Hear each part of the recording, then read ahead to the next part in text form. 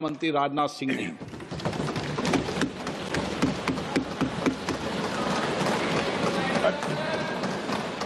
अध्यक्ष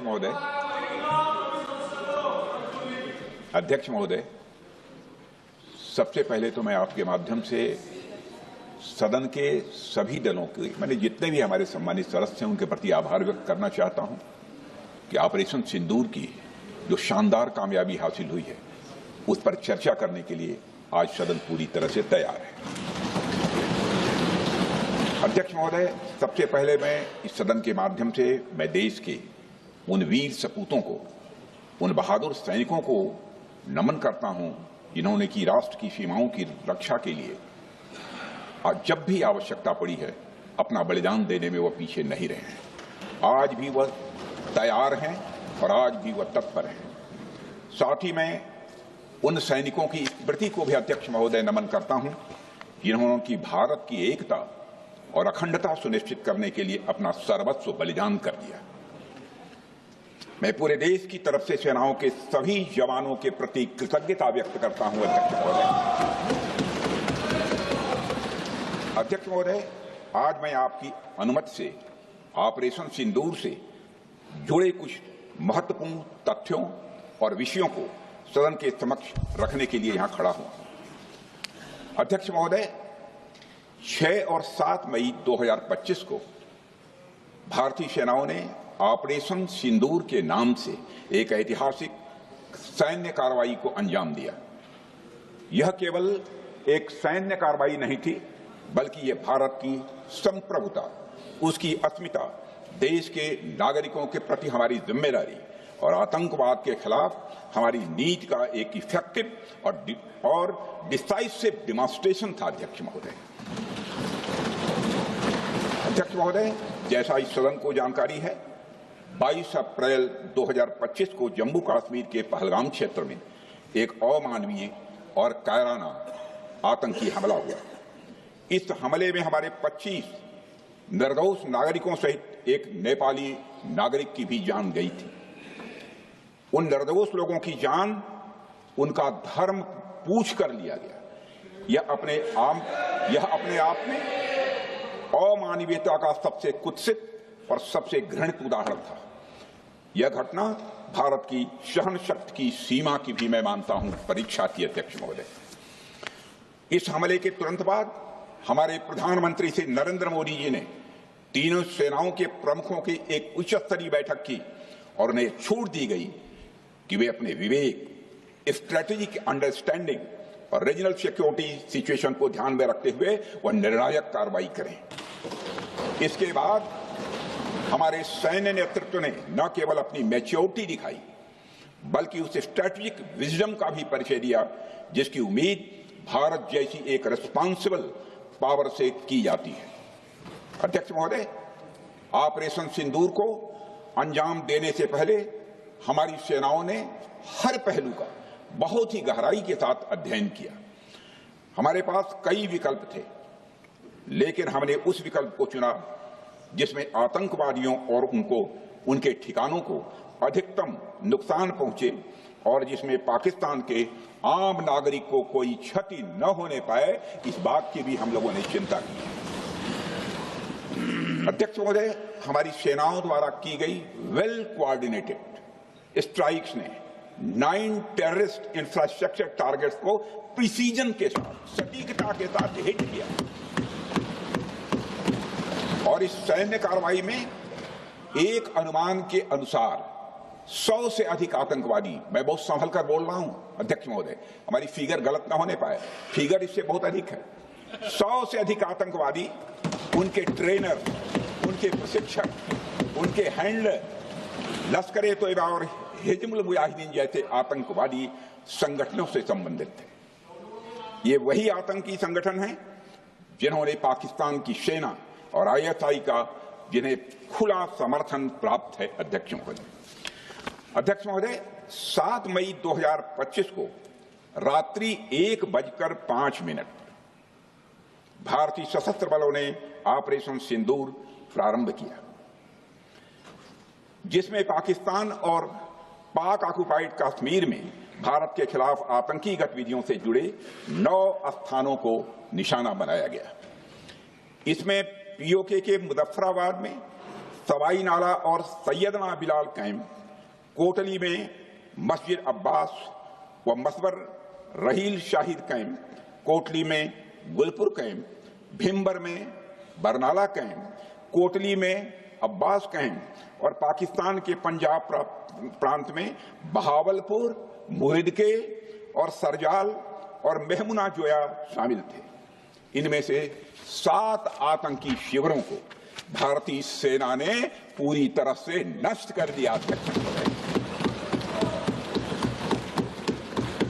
जबकि भारतीय वायुसेना ने मुरीदके और बहावलपुर को नेस्त नाबूद किया, जो लश्कर-ए-तोयबा और जैशे मोहम्मद के केंद्र हैं। पूरा ऑपरेशन मात्र, अध्यक्ष महोदय, जानकर पूरे सदन को प्रसन्नता होगी कि विदिन 22 मिनट्स पूरा ऑपरेशन समाप्त हो गया और हमने आतंकवादियों को उनके घर में घुसकर मारा। सशस्त्र बलों ने हमारी माताओं और बहनों के सिंदूर का बदला लिया और प्रत्येक भारतीय इस भावना से ओत-प्रोत हो गया। अध्यक्ष महोदय, मैं चाहूंगा कि पूरा सदन एक बार हमारे सेना के बहादुर जवानों के शौर्य और पराक्रम का। अध्यक्ष महोदय, यह सिंदूर की लाली शौर्य की कहानी है। यह सिंदूर की लाली शौर्य की कहानी है, भारत के मस्तक पर वीरता की निशानी है। अध्यक्ष महोदय, सेनाओं ने अंधेरी रात होने के बावजूद हमले की सफलता के स्पष्ट एविडेंस भी जुटाए हैं, साक्ष्य है हमारे पास। अध्यक्ष महोदय, हमले के कुछ ही घंटों के भीतर एक प्रेस रिलीज और मीडिया ब्रीफिंग के माध्यम से इन्हें जनता की जानकारी के लिए जारी कर दिया गया था।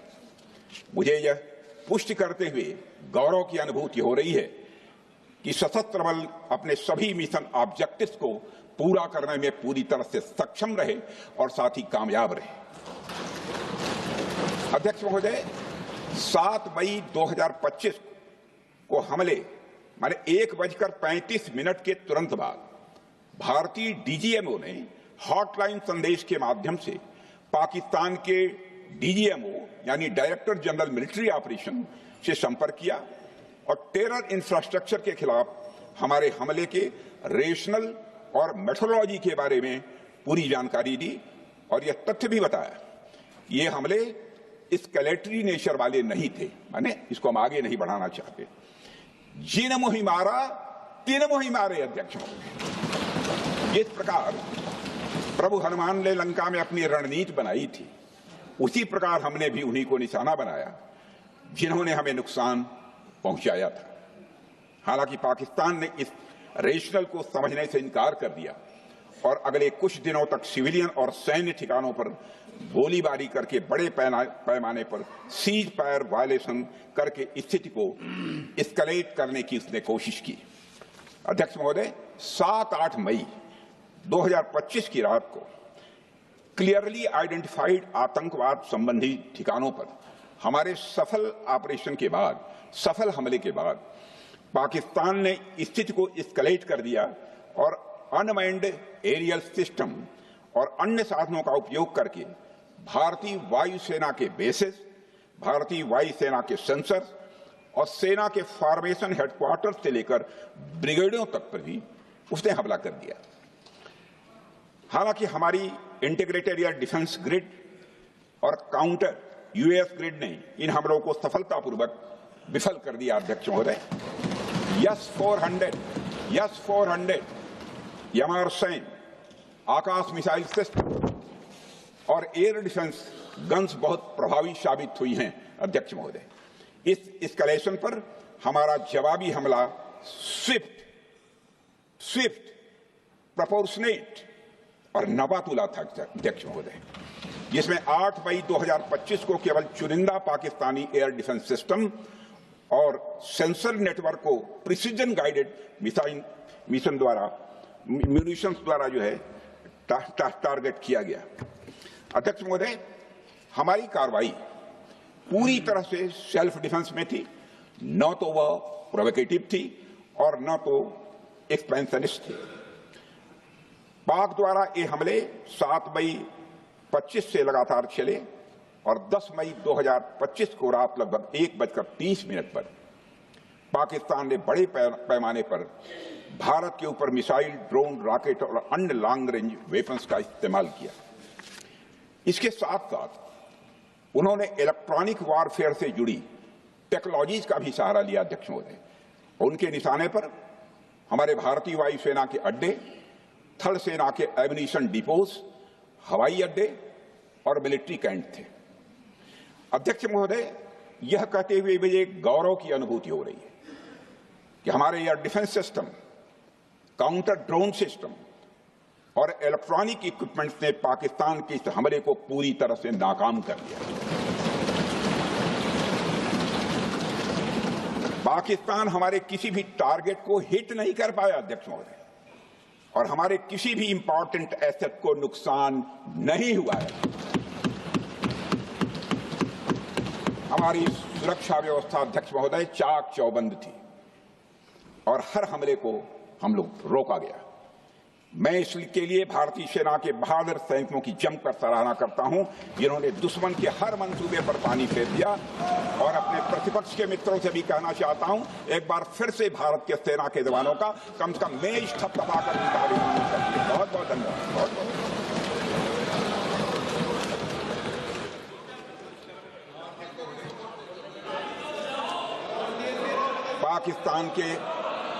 पाकिस्तान के इस हमले के जवाब में हमारी कार्रवाई साहसिक थी, ठोस थी और प्रभावी थी। भारतीय वायुसेना ने वेस्टर्न फ्रंट पर पाकिस्तान के हवाई अड्डों, command and control systems, military infrastructures और एयर डिफेंस सिस्टम को निशाना बनाया और इस मिशन को हमारी सेनाओं ने सफलतापूर्वक अंजाम देने में कामयाबी हासिल की। अध्यक्ष महोदय, हमारी सेनाओं ने चकलाला, सरगोधा, रफीकी, रहीम यार खान, जैकबाबाद, सुक्कुर और भोलारी जैसे बड़े एयरबेस पर प्रहार किया और पूरी दुनिया ने भारतीय वायुसेना के शौर्य और पराक्रम की तस्वीर देखी।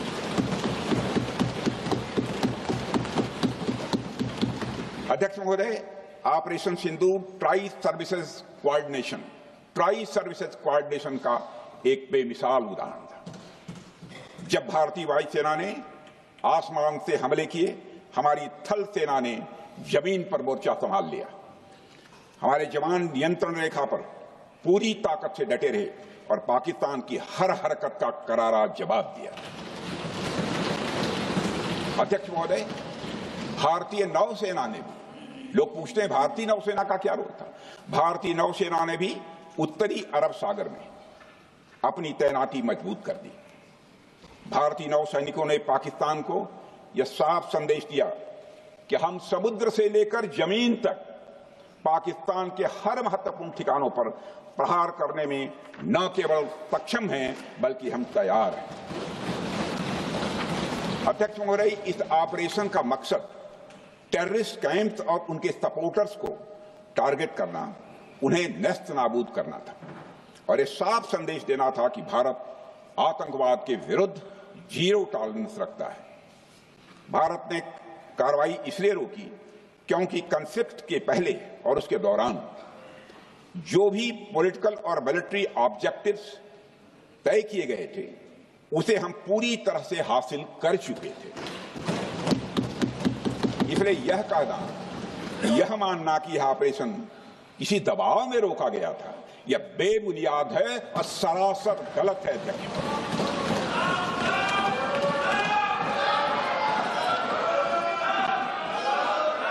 मैं सदन को फिर से आश्वस्त करना चाहता हूं, अपने राजनीतिक जीवन में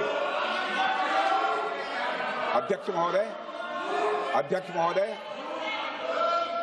मैं आपके माध्यम से सदन को आश्वस्त करना चाहता हूं, अपने राजनीतिक जीवन में जानबूझकर कभी भी असत्य न बोलूं, इसकी भरपूर कोशिश की है मैंने, चाहे सदन हो अथवा सदन के बाहर।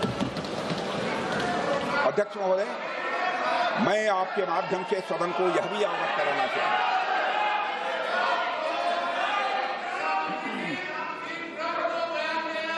प्लीज बैठिए। आप क्यों खड़े? अध्यक्ष महोदय, मैं आपके माध्यम से सदन को यह भी अवगत कराना चाहूंगा कि सीमा पार करना या वहां की टेरिटरी कैप्चर करना इस ऑपरेशन का उद्देश्य नहीं था। ऑपरेशन सिंदूर प्रारंभ करने का मकसद था अध्यक्ष महोदय उन टेरर नर्सरीज को खत्म कर देना जिन्हें पाकिस्तान ने बरसों से पाला पोसा था। और यह ऑपरेशन उन मासूम परिवारों को न्याय दिलाने के लिए लॉन्च किया गया था जिन्होंने पाक स्पॉन्सर्ड टेररिस्ट अटैक्स में अपने प्रियजनों को खोया था। हमारी सेनाओं ने सिर्फ उनको टारगेट किया जो इन आतंकियों को सपोर्ट करते हुए भारत पर हमला करने की कोशिश में लगातार शामिल थे। अध्यक्ष महोदय, ऑपरेशन सिंदूर का ओवरऑल पॉलिटिको मिलिट्री ऑब्जेक्टिव यह था कि आतंकवाद के रूप में प्रॉक्सी वार लड़ रहे पाकिस्तान को सजा दी जाए और इसी वजह से आर्म फोर्सेस को पूरी आजादी दी गई थी कि वे अपने टारगेट खुद चुनें और करारा जवाब दें। और इस ऑपरेशन का उद्देश्य कोई भी युद्ध छेड़ना नहीं था, बल्कि फोर्स के डिमॉन्स्ट्रेटिव यूज से एडवर्सरी को झुकने के लिए मजबूर करना था। 10 मई की सुबह जब भारतीय वायुसेना ने पाकिस्तान की मल्टीपल एयरफील्ड्स पर करारा प्रहार किया तो पाकिस्तान ने हार मान ली है अध्यक्ष महोदय, और हॉस्टिलिटी रोकने की कोशिश की। अब रोक दीजिए महाराज। उन्होंने एक कोशिश की, हमारे डीएमओ से बात की, महाराज अब रोक दीजिए, बहुत हो गया। यह पेशकश इस कैबिनेट के साथ स्वीकार की गई थी। सुने, रुकिए तो रुकिए, बता दूंगा,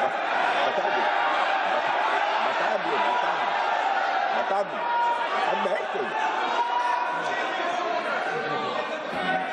आपको मौका मिलेगा। यह क्यों रुका, इसका पहले ही मैं पूरी तरह से वर्णन कर चुका हूं अध्यक्ष महोदय। मैं नेता प्रतिपक्ष को बहुत सम्मान के साथ कहना चाहता हूं कि कृपया एक बार मेरा पूरा भाषण पूछ लें। आपको प्रश्न पूछने की पूरी आजादी है, आप पूछ सकते हैं, मैं उसका उत्तर दूंगा। अध्यक्ष महोदय, 10 मई की सुबह जब भारतीय वायुसेना ने पाकिस्तान की मल्टीपल एयरफील्ड्स पर करारा प्रहार किया तो पाकिस्तान ने हार मान ली और हॉस्टिलिटी रोकने की उन्होंने पेशकश की। यह पेशकश इस कैबिनेट के साथ स्वीकार की गई हम लोगों के द्वारा कि यह ऑपरेशन केवल पाज किया गया है, स्थगित किया गया है। यह ऑपरेशन समाप्त नहीं हुआ है अध्यक्ष महोदय। अगर पाकिस्तान की ओर से भविष्य में कोई भी मिस एडवेंचर हुआ तो यह ऑपरेशन अध्यक्ष महोदय, मैं सदन को आश्वस्त करना चाहता हूं, दोबारा प्रारंभ हो।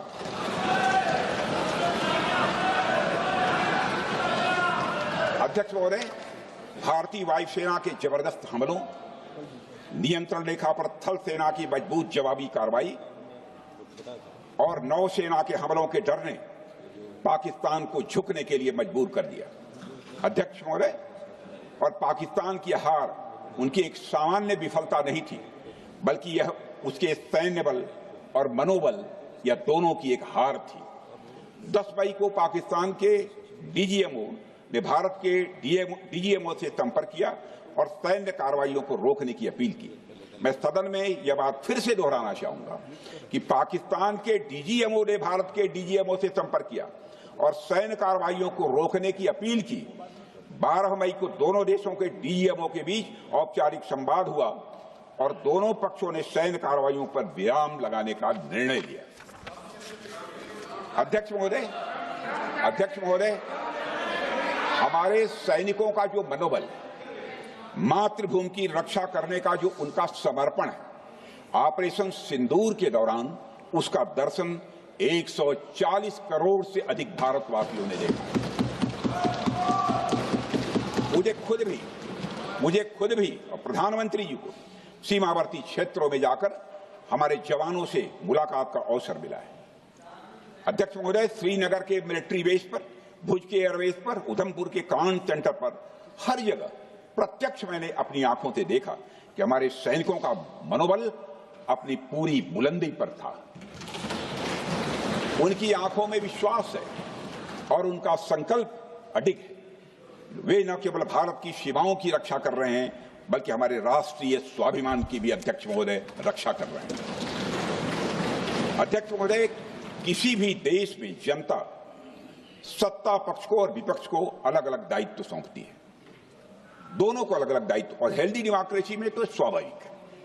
सत्ता पक्ष का काम होता है जनता के हितों को ध्यान में रखते हुए कार्य करना, और विपक्ष का काम होता है सरकार से जनता के मुद्दों से संबंधित जरूरी प्रश्न पूछना। ऑपरेशन सिंदूर क्यों शुरू किया गया, इसकी जानकारी पहले भी दी गई है और आज भी मैंने सदन को दी है। अध्यक्ष महोदय, कभी कभी हमारे प्रतिपक्ष के लोग ये पूछते रहे हैं कि हमारे कितने बीमार गिरे। मुझे लगता है उनका यह प्रश्न हमारी राष्ट्रीय जनभावनाओं का सही से प्रतिनिधित्व नहीं कर रहा है। मुझे लगता है उन्होंने एक बार भी हमसे यह नहीं पूछा कि हमारी सेनाओं ने दुश्मन के कितने विमान मारे गिराए।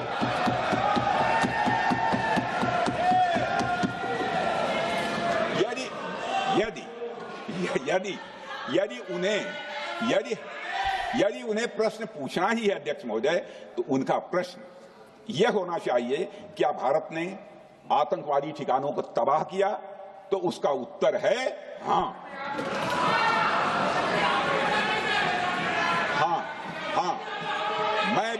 मैं विपक्ष के सम्मानित साथियों से कहना चाहता हूं कि आपको प्रश्न पूछना है तो यह प्रश्न पूछिए, क्या ऑपरेशन सिंदूर सफल रहा? तो उसका उत्तर है हाँ।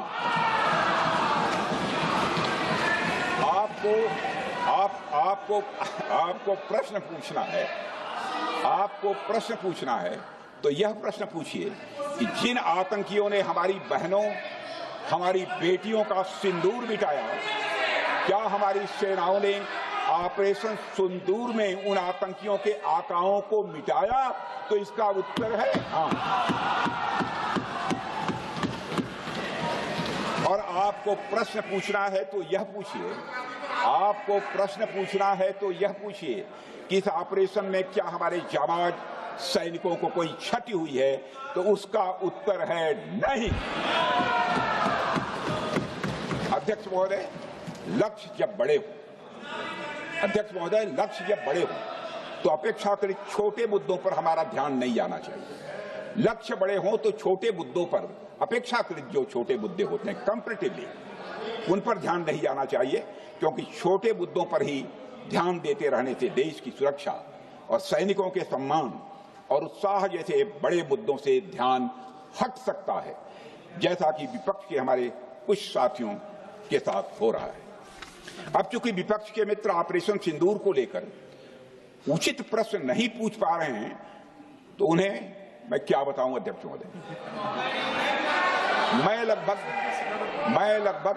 4 डिकेड से अधिक समय से राजनीति में, सत्ता पक्ष हो या विपक्ष हो, अपनी पार्टी हो या दूसरी पार्टी हो, कभी भी किसी के साथ दलगत राजनीति को मैंने शत्रुतापूर्ण तरीके से जिंदगी में नहीं देखा है मैंने अध्यक्ष महोदय। इसलिए आज अगर विपक्ष प्रश्न पूछने में असफल है, मैं विपक्ष को उनके इस काम में थोड़ी सी मदद करना चाहता हूं। अध्यक्ष महोदय, मैं विपक्ष के अपने सम्मानित साथियों से कहना चाहता हूं कि यदि आज हम लोग सत्ता पक्ष में हैं, तो ऐसा नहीं है कि हम हमेशा सत्ता पक्ष में ही रहेंगे। यह आवश्यक नहीं है, किसी के लिए आवश्यक नहीं। एक लंबा समय हमने विपक्ष का काम किया है, एक लंबा समय हमने सरकारों से सवाल पूछने में लगाया है। जनता ने जब हमें विपक्ष में रहने का दायित्व सौंपा था, तो हमने विपक्ष में रहकर विपक्ष की भूमिका को बड़े ही सकारात्मक तरीके से निभाया भी। अध्यक्ष महोदय, विपक्ष में रहकर हमने कैसे प्रश्न पूछे, इसके कुछ उदाहरण मैं यहां रखना चाहता हूं। 1962 में अध्यक्ष महोदय, चीन के साथ हुए युद्ध में जब दुखद परिणाम आया, तो हमने उस समय की सरकार से यह पूछे थे, लेकिन वह प्रश्न यह था कि हमारे देश की धरती पर दूसरे देश का कब्जा कैसे हुआ। हमने यह प्रश्न पूछा था कि हमारी सेना और हमारी जनता अपमानित क्यों हुई। हमने यह प्रश्न पूछा था कि बड़ी संख्या में हमारे सैनिक हताहत कैसे हुए। हमने यह प्रश्न नहीं पूछा कि हमारे टैंक, हमारी मशीनें, हमारी बंदूकें क्यों ध्वस्त हो गई। यह प्रश्न हम लोगों ने नहीं पूछा। मशीनों और तोपों की चिंता न करके, मशीनों और तोपों की चिंता न करके अध्यक्ष महोदय, हमने देश की टेरिटरी की चिंता की, हमने देश के सैनिकों की। इसी तरह 71 के युद्ध में, 71 के युद्ध में जब हमने पाकिस्तान को सबक सिखाया, मैं उस समय की सरकार को मैं बधाई देना चाहता हूं। हमने अपने राजनीतिक और सैन्य नेतृत्व की प्रशंसा की। हमने ये नहीं देखा कि किस दल की सरकार है, किस विचारधारा की सरकार है, इसकी चिंता नहीं की कभी। हमारे नेता अटल बिहारी वाजपेयी ने संसद में खड़े होकर उस समय के नेतृत्व की प्रशंसा की थी। हमने इस बात की खुशी जाहिर कि हमने अपने शत्रु को सबक सिखाया। हमने उस दौरान यह प्रश्न नहीं पूछा कि सबक सिखाने के दौरान में भारत के कितने प्लेन्स गिरे, भारत के कितने इक्विपमेंट्स बर्बाद हुए। यह प्रश्न अध्यक्ष महोदय उस समय भी हम लोगों ने नहीं पूछा। अध्यक्ष महोदय, यदि मैं इसे और भी प्रैक्टिकल तरीके से समझाऊं, तो किसी भी परीक्षा के परिणाम में रिजल्ट मैटर करता है।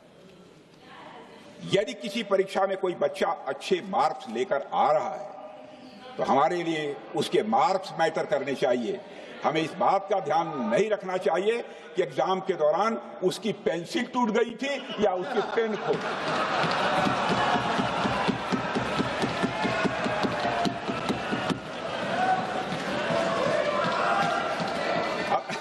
अध्यक्ष महोदय, अल्टीमेटली रिजल्ट मैटर करता है और रिजल्ट यह है, अध्यक्ष महोदय, अल्टीमेटली रिजल्ट मैटर करता है और रिजल्ट यह है अध्यक्ष महोदय कि ऑपरेशन सिंदूर के दौरान हमारी सेनाओं ने जो लक्ष्य निर्धारित किया था, उन लक्ष्यों को पूर्ण रूप से प्राप्त करने में हमने कामयाबी हासिल की। अध्यक्ष महोदय, भारत हमेशा से पाकिस्तान सहित अपने पड़ोसी देशों से मित्रता और सौहार्द सहयोगपूर्ण संबंध का सदैव इच्छुक रहा है। इसके लिए भारत की सभी सरकारों ने ईमानदारी से प्रयास भी किए हैं। वह चाहे आदरणीय लाल बहादुर शास्त्री जी हों या अटल बिहारी वाजपेयी जी हों या हमारे स्वर्गीय मनमोहन सिंह जी हों या प्रधानमंत्री श्री नरेंद्र मोदी जी, सभी ने हमेशा चाहा है कि इस इलाके में शांति और समृद्धि बनी रहे। सभी ने यह चाहा। अध्यक्ष महोदय, यह बात हमारी सिविलाइजेशनल वैल्यूज के साथ मेल खाती है, इसलिए ऐसा हुआ। अध्यक्ष महोदय, पूरा विश्व जानता है कि पूर्व प्रधानमंत्री से अटल बिहारी वाजपेयी जी ने शांति का संदेश लेकर 1999 में लाहौर बस यात्रा की थी। वह सिर्फ एक यात्रा नहीं थी, वह यात्रा भारत की संस्कृति और शांति की प्रतीक थी। यह हमारे भारत की प्रकृति थी। लाहौर पहुंचकर से अटल बिहारी वाजपेयी जी ने मीनारे पाकिस्तान पर विजिटर्स रूप में जो लिखा था, जिसका जिक्र लोग आज भी करते हैं, और उन्होंने लिखा था, उसकी मैं चर्चा करता हूं। उन्होंने लिखा था कि मीनारे पाकिस्तान से मैं पाकिस्तान की जनता को यह विश्वास दिलाना चाहता हूं कि भारत अस्थायी शांति और मित्रता का आकांक्षी है। मैंने पहले भी कहा है और फिर भी कहता हूं, एक स्थिर और समृद्ध पाकिस्तान भारत के हित में है, इसमें कोई संदेह नहीं होना चाहिए। अध्यक्ष महोदय, यह हमारी सोच थी, यह हमारी शांति की पहल थी। यह पहल हमारी हजारों साल पुरानी सांस्कृतिक चेतना, हमारी नैतिक शक्ति और हमारी सभ्यता के उन मूल्यों से निकली थी जो शांति को शक्ति मानती है। अध्यक्ष महोदय, लेकिन हमारे शांति के प्रयास को हमारी नाइविटी, उदारता या सरलता समझ लिया गया। जब हम शांति के लिए कदम बढ़ा रहे थे, उसी वक्त पाकिस्तान कारगिल में घुसपैठ की साजिश रच रहा था। हम दोस्ती की राह पर थे तो वो षड्यंत्र की राह पर थे। जब हम मामला खुलकर सामने आया तो हमारे वीर सैनिकों ने इस घुसपैठ के खिलाफ कार्रवाई करना प्रारंभ किया, और जब भारत की जीत सामने दिखाई दे रही थी तो पाकिस्तान ने परमाणु युद्ध की धमकी दे डाली अध्यक्ष महोदय। तब हमारे प्रधानमंत्री, तत्कालीन प्रधानमंत्री आदरणीय अटल बिहारी वाजपेयी जी ने कहा था, पाक सेना के परमाणु हमले से भारत का तो कुछ नहीं बिगड़ेगा, लेकिन पाकिस्तान दूसरे दिन का सूरज नहीं देख पाएगा।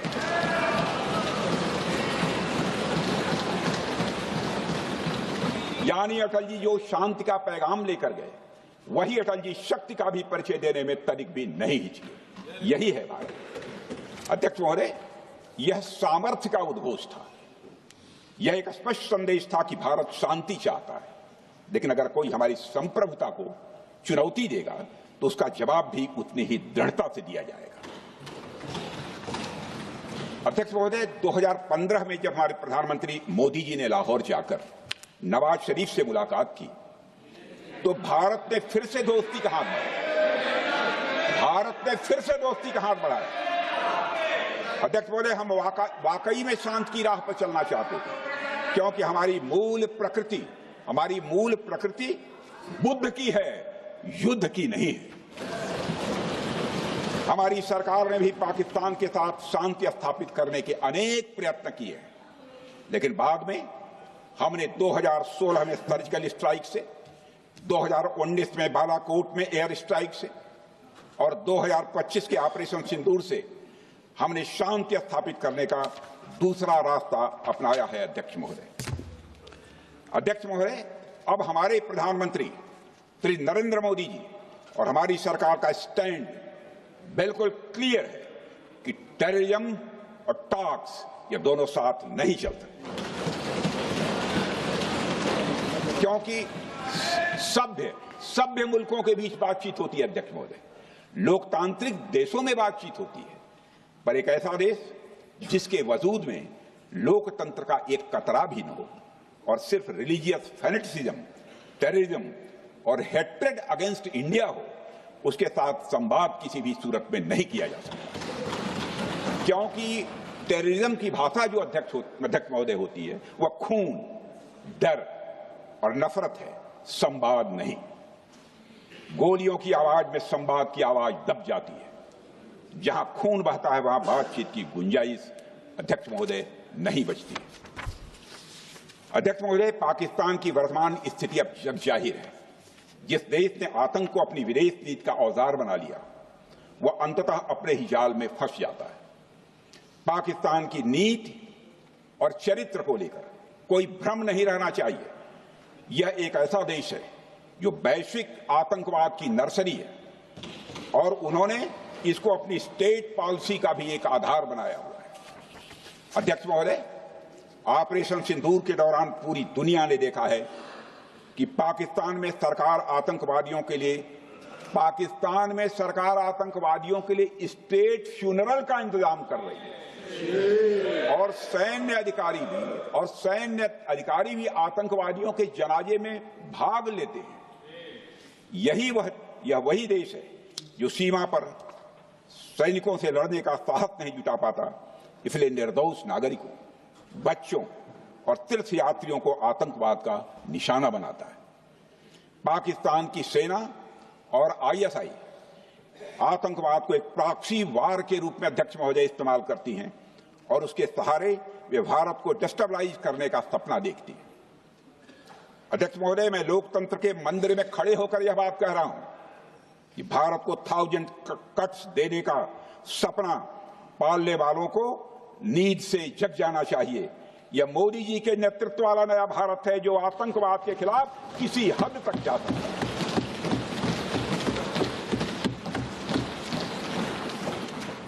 अध्यक्ष महोदय, आप भारत का इतिहास जानते हैं।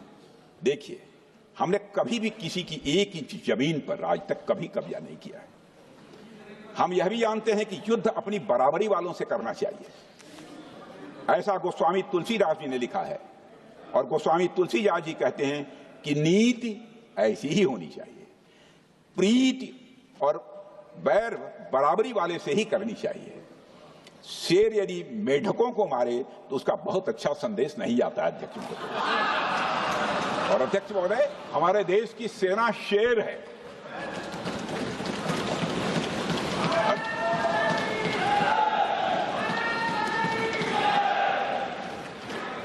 अध्यक्ष महोदय, पाकिस्तान जैसा देश जो साइज, सामर्थ्य, शक्ति और समृद्धि में हमारे आसपास भी नहीं है, उस मुल्क से कैसा मुकाबला? जो मुल्क अपने अस्तित्व के लिए दूसरों पर आश्रित हो, उसके मुकाबले का मतलब है अपना स्तर कम करना।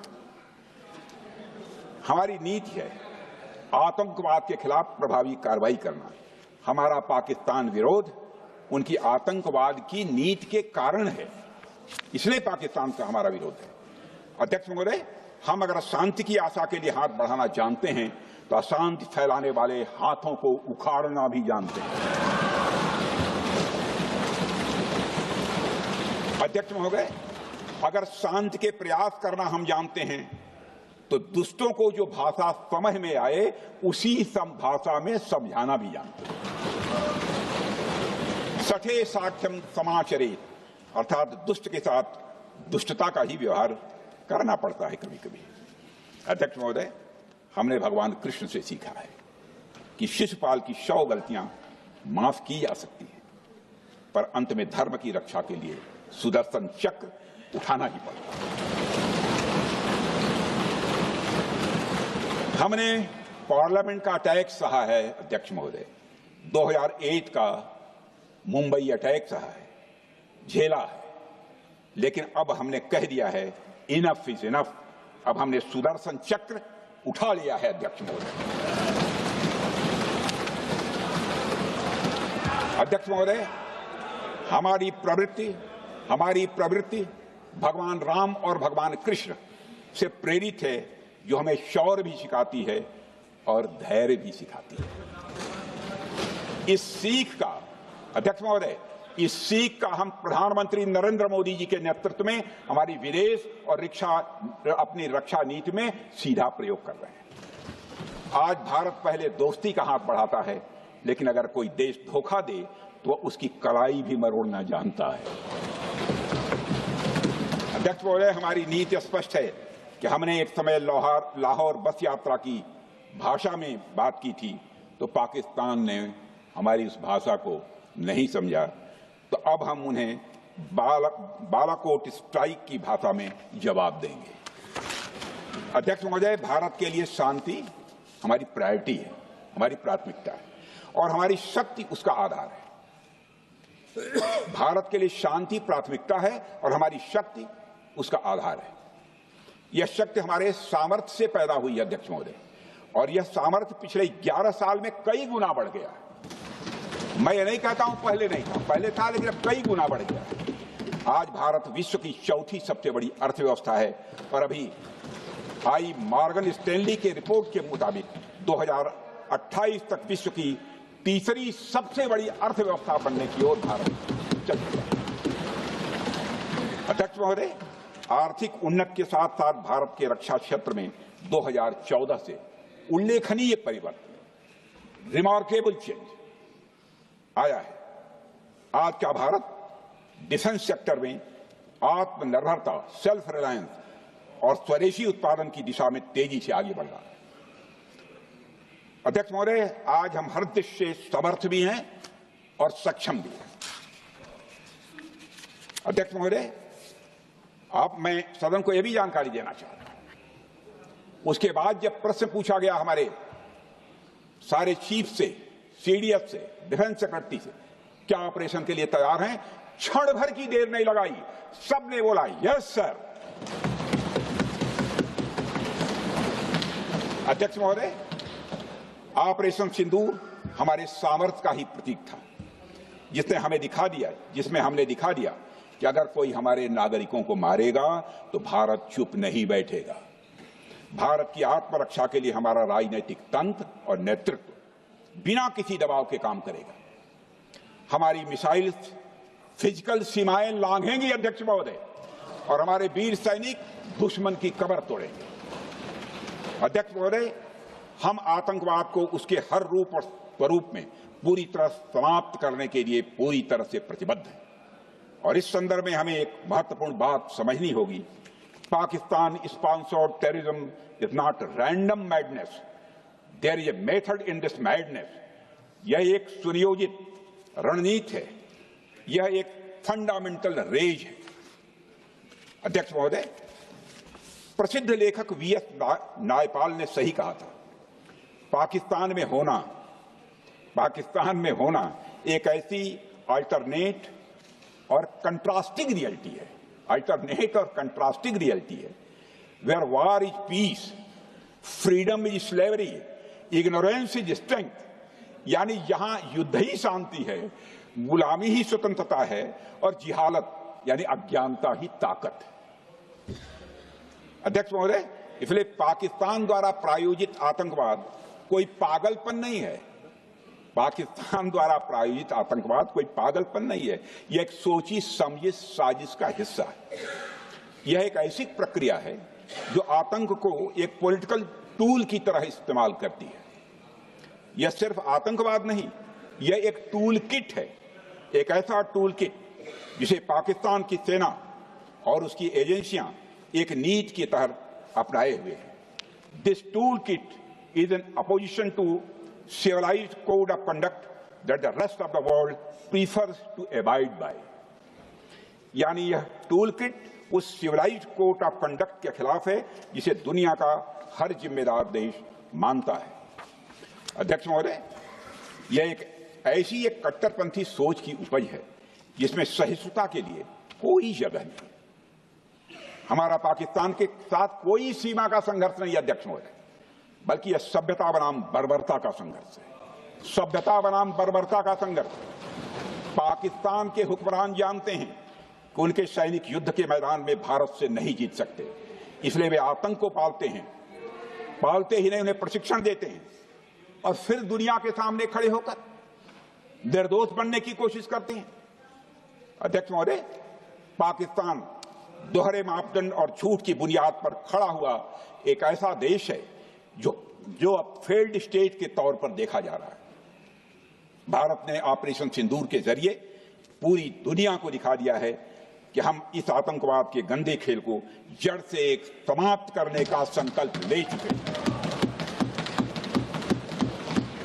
अध्यक्ष महोदय, जब अटल जी प्रधानमंत्री थे तब पाकिस्तान के साथ कंबोजिट डायलॉग के लिए भारत की शर्त थी कि पाकिस्तान अपनी जमीन का प्रयोग भारत के खिलाफ टेररिज्म फैलाने के लिए नहीं करेगा। एक कंपोजिट डायलॉग के लिए भारत की शर्त थी, जिसे पाकिस्तान ने भी मान लिया था उसमें। लेकिन दुर्भाग्य से 2009 में शर्म शेख में तत्कालीन सरकार ने एक बड़ी भूल की, जब कंपोजिट डायलॉग प्रोसेस से पाकिस्तान प्रायोजित आतंकवाद को डीलिंक कर दिया गया। यानी बातचीत जारी रखने के लिए पाकिस्तान द्वारा अपनी जमीन को आतंकवाद के लिए प्रयोग न करने की शर्त को ही डाइल्यूट कर दिया गया। मैं मानता हूं यह भारत की स्ट्रेटेजिक पोजीशनिंग को कमजोर करने वाला एक कदम था। अध्यक्ष महोदय, ऐसी ही एक और गंभीर चूक तत्कालीन सरकार ने 2006 में हवाना में भी हुई थी, जब पाकिस्तान को आतंकवाद का विक्टिम माना गया और एक ज्वाइंट एंटी टेरर मैकेनिज्म बनाने पर सहमति भी हुई थी। 2006 की बात कर रहा हूं। अध्यक्ष महोदय, यह सोचने वाली बात है कि जो देश आतंक को पैदा करता है, उसे पालता है, उस देश को ही आतंक से पीड़ित मान लेना कितना बड़ा स्ट्रेटेजिक ब्लंडर है। अध्यक्ष महोदय, आतंकवाद के खिलाफ हमारी लड़ाई अब केवल सीमा पर नहीं है, बल्कि वैचारिक मोर्चों पर भी लड़ी जा रही है। इसी उद्देश्य से प्रधानमंत्री जी कई हाई लेवल डेलीगेशंस का गठन भी उन्होंने किया था, जिसमें हमारे लगभग अधिकांश दलों के सम्मानित सदस्य उसमें शामिल थे। उसमें विभिन्न राजनीतिक दलों के रिप्रेजेंटेटिव शामिल थे और सचमुच इस समिति ने वैश्विक मंचों पर जाकर भारत की बात बहुत ही प्रभावी तरीके से रखी और आतंकवाद के विरुद्ध वैश्विक समर्थन को उन्होंने मजबूत किया। अध्यक्ष महोदय, मैं उन सभी डेलीगेशन के सम्मानित सदस्यों के प्रति शीश झुकाकर आभार व्यक्त करना चाहता हूं, जिन्होंने भारत का आतंकवाद के खिलाफ स्टैंड तथा जीरो टॉलरेंस की पॉलिसी और ऑपरेशन सिंदूर के बारे में दुनिया के देशों को सही तरीके से अवगत कराया, प्रभावी तरीके से अवगत कराया। अध्यक्ष महोदय, ऑपरेशन सिंदूर को लेकर सर्वदलीय बैठक भी हुई। I am very happy to tell the house I am very happy to tell the House that during Operation Sindoor, all the political parties of the country kept aside all ideologies and differences and showed solidarity with the nation, with the soldiers and with the government. फिर इसके लिए आभार व्यक्त करता हूं। मुझे लगता है यही इस देश के लोकतंत्र की खूबसूरती है। अध्यक्ष महोदय, जैसा कि हमारे माननीय प्रधानमंत्री मोदी जी ने भी कहा है कि ऑपरेशन सिंदूर अभी रुका है, समाप्त नहीं हुआ है। यदि आवश्यकता पड़ी, यदि पाकिस्तान फिर किसी नापाक हरकत की कोशिश करता है तो हम और भी कठोर और निर्णायक कार्रवाई करने के लिए तैयार हैं। अध्यक्ष महोदय, ऑपरेशन सिंदूर के माध्यम से पाकिस्तान के मन में भारत को लेकर जो बहुत बड़ी गलतफहमी थी वह हमने दूर कर दी है। और मेरी दूर थोड़ी बहुत बची यदि भई होगी तो उसको भी दूर कर देंगे। अध्यक्ष महोदय, मुझे महाकवि राष्ट्रकवि रामधारी सिंह जी दिनकर की कुछ पंक्तियां याद आती हैं। अध्यक्ष महोदय, क्षमाशील हो रिपु समक्ष, तुम हुए विनत जितना ही, दुष्ट कौरवों ने तुमको कायर समझा उतना ही। अध्यक्ष महोदय, भारत ने न केवल अपनी सैन्य क्षमता का प्रदर्शन किया, बल्कि अपनी राष्ट्रीय दृढ़ता, नैतिकता और राजनीतिक कुशलता का भी परिचय दिया है। भारत अब किसी भी आतंकी हमले का निर्णायक और स्पष्ट उत्तर देगा। अध्यक्ष महोदय, हमने एक नई लक्ष्मण रेखा खींच ली है। अब आतंकवाद को आश्रय और समर्थन देने वालों को कोई शरण नहीं मिलेगी। और अध्यक्ष महोदय, भारत किसी भी तरीके से किसी भी तरह के न्यूक्लियर ब्लैकमेलिंग या दबावों के आगे अब झुकने वाला नहीं है।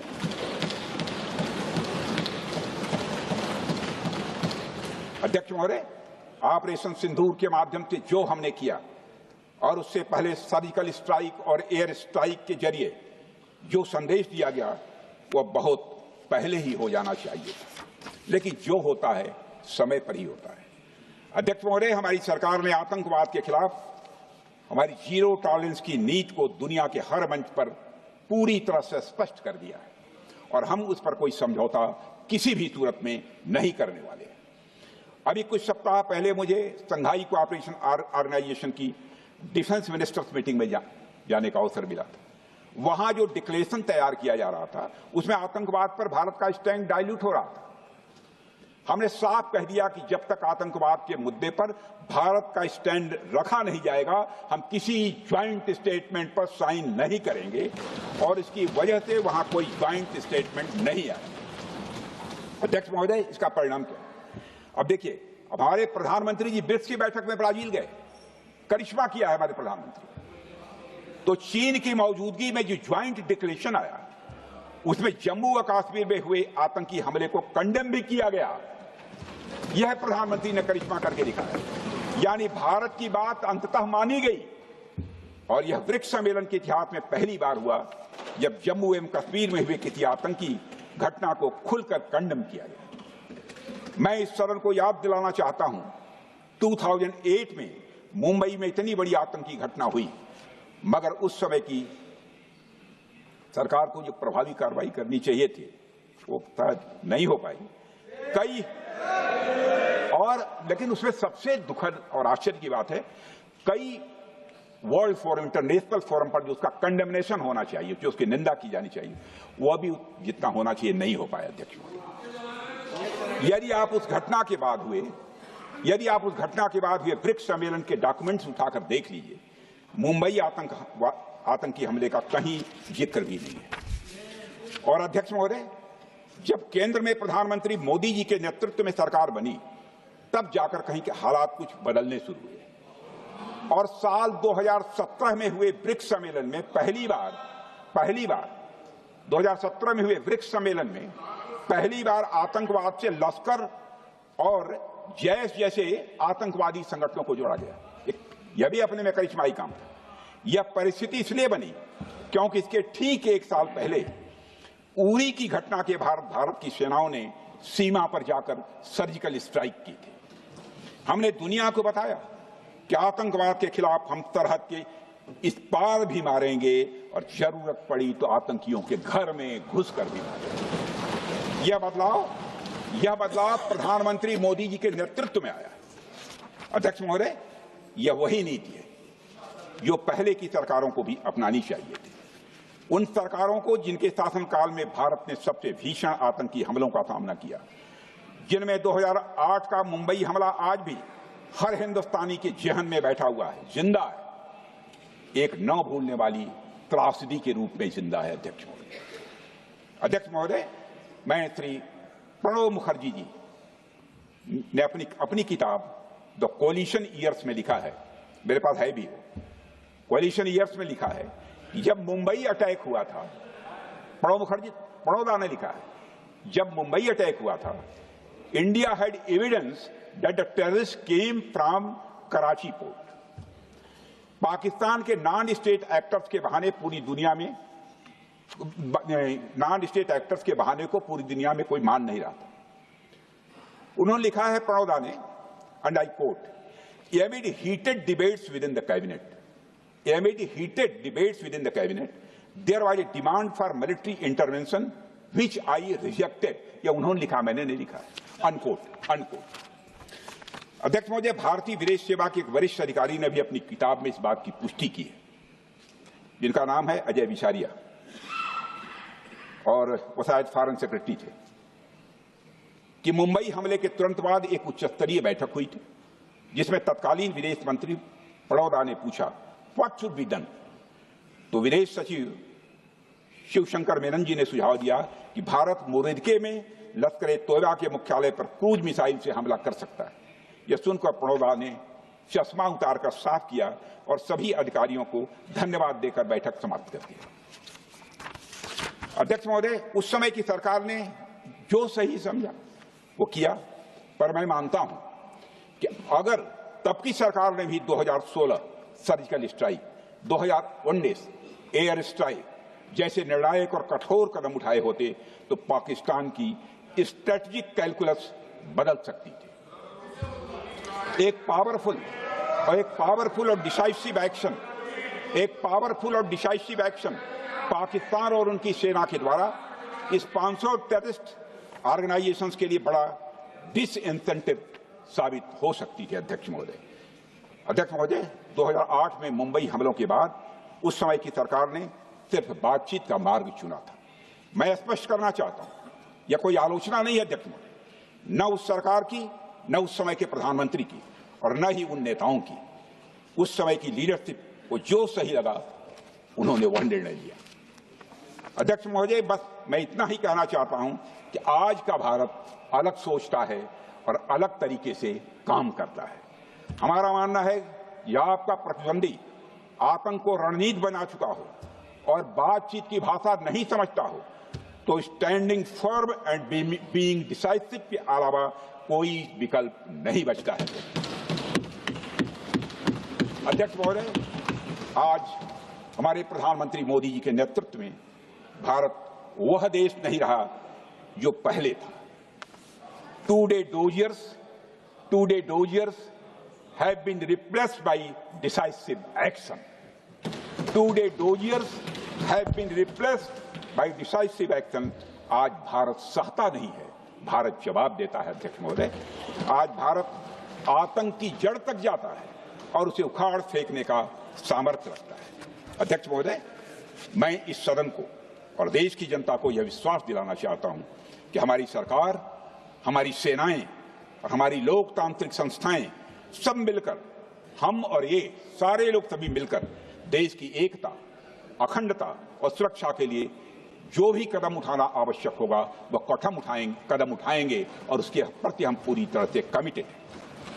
अध्यक्ष महोदय, अंत में मैं केवल इतना ही कहना चाहता हूं, यह समय एकजुट होकर अपनी सुरक्षा, संप्रभुता और आत्मसम्मान की रक्षा के संकल्प को और अधिक मजबूत करने का है। हमें यह याद रखना होगा कि हमारी सामाजिक और राजनीतिक एकता ही यह हमारी सबसे बड़ी ताकत है। अध्यक्ष महोदय, आतंकवाद को समर्थन देने वालों को यह स्पष्ट संदेश चला गया है कि भारत अपनी मातृभूमि की रक्षा के लिए पूरी तरह से संकल्पबद्ध है। आइए हम सभी दलगत भाव से ऊपर उठकर संगवरध्वम के मंत्र से प्रेरणा लेकर एक साथ खड़े हो जाएं और हम इस राष्ट्रीय संकल्प को मजबूत करें। यही हम सबका राष्ट्रीय दायित्व है। और इन्हीं शब्दों के साथ अध्यक्ष महोदय, आपने मुझे विचार रखने का अवसर दिया। आपके प्रति आभार व्यक्त करते हुए और अपने सभी सम्मानित सदस्यों के प्रति धन्यवाद व्यक्त करते हुए अपना निवेदन समाप्त करता हूं। सबने शांतिपूर्वक श्री गौरव गोगोई।